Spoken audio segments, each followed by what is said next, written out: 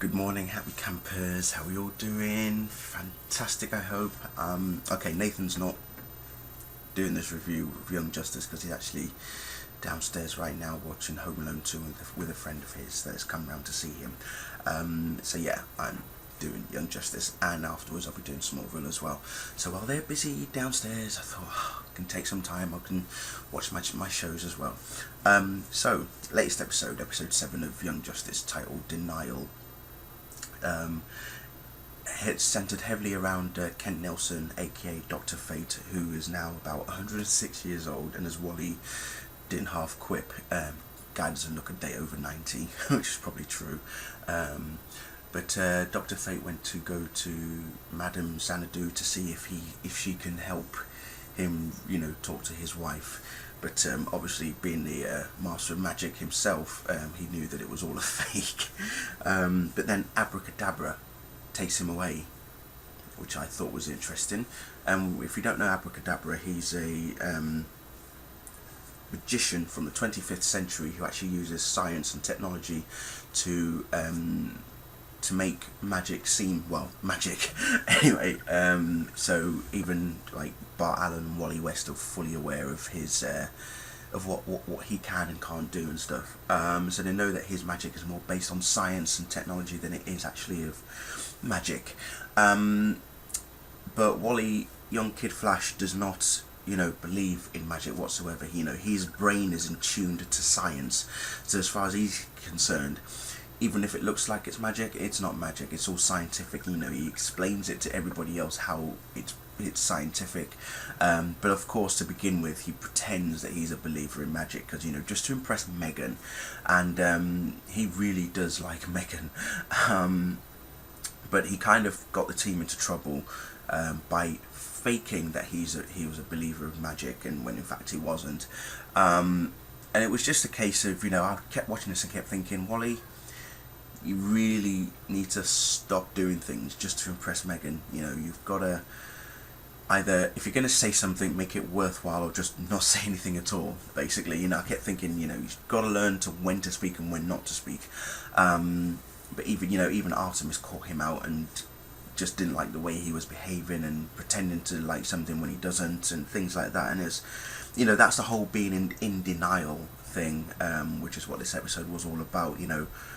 There's Wally saying he doesn't believe in magic, he doesn't believe in the mystic arts, and towards the end, as they're fighting Abracadabra and I can't remember what that other guy was called, but the little cat-like dude who was quite, he sounded like a 10-year-old, for some parts. Hell, even Nathan doesn't get to that point. But yes, it turns out that when Kid Flash put the helmet of fate on, Nabu was controlling his body rather than the other way round, and Kid Flash was wanting his to gain control of his own body, which I thought would have been interesting to see. Dr. Fate and Kid Flash in speed mode and everything, and using magic at the same time. But at this point, obviously, Kent Nelson had passed away, and but his spirit was still within Dr. Fate, so he was helping and guiding Kid Flash, just letting him know what is going on, what how the magic is being used and stuff.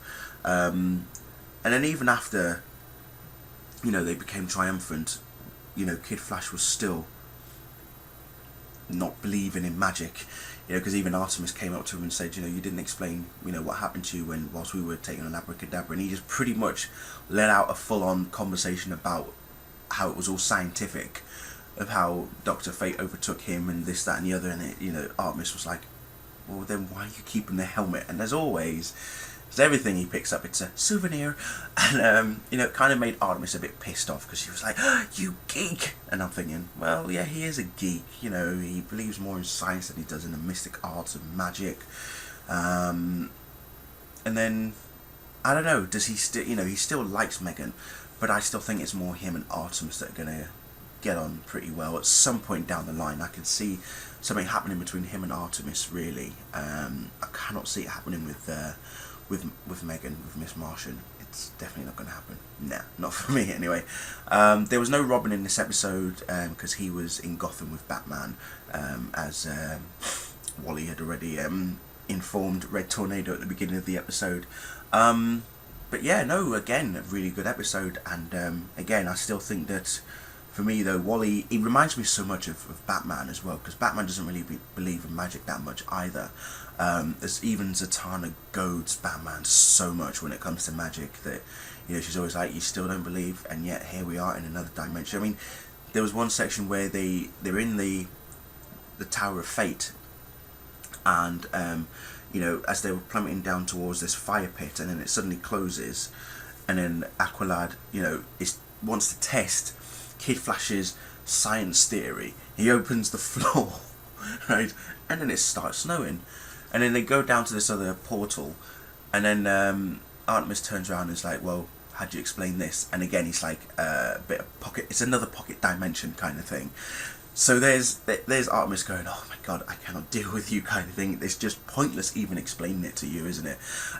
So yeah, you know, it's like Batman as well. You know, in some terms he doesn't really believe in magic, but I think eventually Kid Flash will warm to the idea now that he's got the Helmet of Fate. You know, he's looking after it, so we don't know who's going to be the next Dr. Fate as yet, but it'll be interesting to see who it is. But it was nice to see Wally. I honestly thought that him putting on the helmet would at least give him some firm of belief that magic does truly exist, but nah, it still didn't work. Even 5 minutes under the Helmet of Fate, he still didn't believe afterwards. But maybe he does secretly believe, but doesn't want to admit it just yet. Who knows? We'll see. We'll see. So anyway, I'm going to leave it there. Another great episode. I'm now going to watch Masquerade, the last night's episode of Smallville, and of course I shall be reviewing that afterwards. See you later.